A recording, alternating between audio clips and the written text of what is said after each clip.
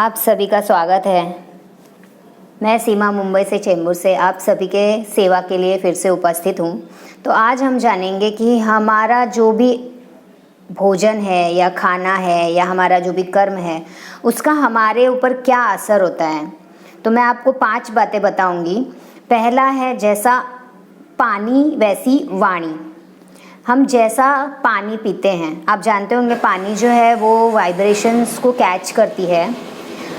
एक साइंटिस्ट थे जिन्होंने पानी के ऊपर प्रयोग किया और उन्होंने 3 ग्लास में पानी रखा और एक जो ग्लास का पानी था ना उसके ऊपर बहुत प्यार से बहुत अच्छे से उसको देखा, उसके तरफ प्यार वाले वाइब्रेशंस भेजे। दूसरा पानी का गिलास था ना उसको हेट्रेट यानी कि गुस्सा, क्रोध और वो सारे वाइब्रेशंस उसको भेजे। वाइब्रेशन यानी कि हमारे जो तरंगे होती है मन की तरंगे। और तीसरा एक गिलास था उसको कुछ भी नहीं किया, उसको एज इट इज़ ही रहने दिया। तो क्या हुआ, कुछ दिनों के बाद जब उस पानी का परीक्षण हुआ ना तो पहले ग्लास में जहाँ लव दिया था ना वहाँ पे सारे जो वाटर मॉलिक्यूल्स जिसे कहते हैं पानी का जो बूंद होता है वो एकदम फूलों की तरह बना हुआ था। जो दूसरा जहाँ गुस्सा किया, क्रोध किया, गाली वगैरह दी तो उसमें कांटे कांटे जैसे वाटर मॉलिक्यूल्स बने हुए थे यानी कि पानी की बूंदें बनी हुई थी। और एक जिस पे कुछ भी नहीं किया वो ऐसे ही नॉर्मल पड़ा हुआ था। तो इसी तरह से हम जैसा पानी, जहाँ का भी पानी पीते हैं हमारे शरीर पे उसका असर वैसा ही होता है, क्योंकि हमारा जो शरीर है वो 70% पानी का बना हुआ है। तो जैसा पानी पीते हैं वैसी हमारी वाणी हो जाती है, वैसा हमारा व्यवहार हो जाता है। दूसरा है जैसा हम अन्न खाते हैं वैसा ही हमारा मन बन जाता है।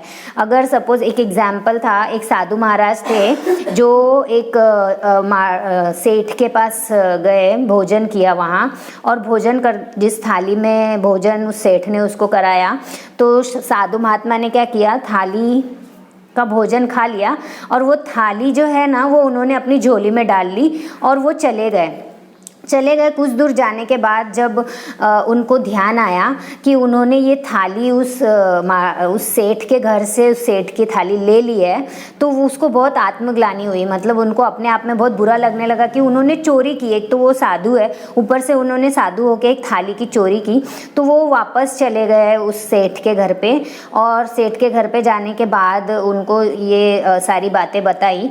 तो सेठ ने को थाली वापस देते हुए वो अपने गुरु के पास पहुंचे। तो गुरु को पूछा कि गुरु जी देखिए ऐसा ऐसा हुआ, सेठ ने मुझे वो थाली में खाना खिलाया और मैंने खाना खाने के बाद थाली वो अपने पास ही रख ली, चोरी कर ली मैंने। फिर मैंने उसको थाली तो वापस दे दिया लेकिन मुझे इसका रहस्य नहीं समझा। तो उसके जो गुरु थे, मतलब उस साधु के भी गुरु, उनके बड़े गुरु, उन्होंने कहा देखो उस सेठ ने ना जो धन कमाया था ना वो चोरी के रास्ते से कमाया था। तो तुमने उनके घर में भोजन किया, वो चोरी से लाया हुआ भोजन था ना, उसके ऊपर तुम्हारे मन पे उसका असर हुआ और जब तक वो शरीर में तुम्हारे वो खाना था तब तक तुम्हारे मन के ऊपर उसका असर था और तुमने वो चोरी किया। और जैसे ही उसका असर हट गया तो तुम अपने साधुत्व, अपने शांत स्वरूप में आ गए, तब तुमने उसकी थाली वापस कर दी। तो जैसा अन्न जिस मार्ग से लाया जाता है, अगर हम उस मार्ग से लाए हुए धन का उपयोग करते हैं खाने की वस्तुओं में या खाने में तो उसके वाइब्रेशन वैसे बन जाते हैं और हमारे जो संस्कार भी है वैसे बन जाते हैं।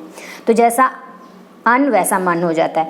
अब दूसरा है जैसा संग वैसा रंग। जैसे हमारे दोस्त मित्र होते हैं ना वैसे हम भी बन जाते हैं। अगर हम किसी इंटेलिजेंट व्यक्ति यानी कि बहुत बुद्धिमान व्यक्ति के साथ रहेंगे ना तो हमारी बुद्धि भी श्रेष्ठ हो जाती है और अगर हम किसी बुद्धिहीन व्यक्ति के साथ रहते हैं ना तो हम भी बुद्धू जैसे बनने लग जाते हैं। यानी हमारे जो मित्र है ना वो हमको बहुत सोच समझ के करना चाहिए, किससे दोस्ती करनी चाहिए किससे नहीं करनी चाहिए, वो सब हमें सोच समझ के करना चाहिए, क्योंकि हमारे ऊपर संग का असर होता ही है।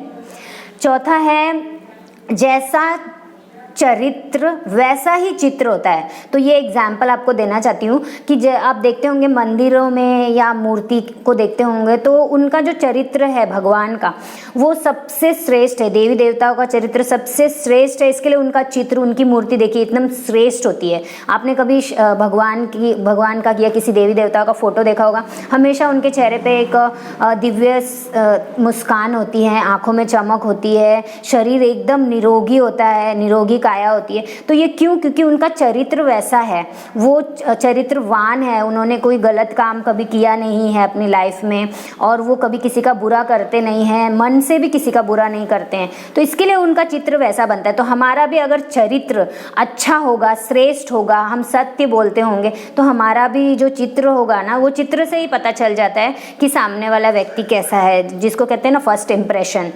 और जो लास्ट का है 5वां, जैसा कर्म वैसा फल।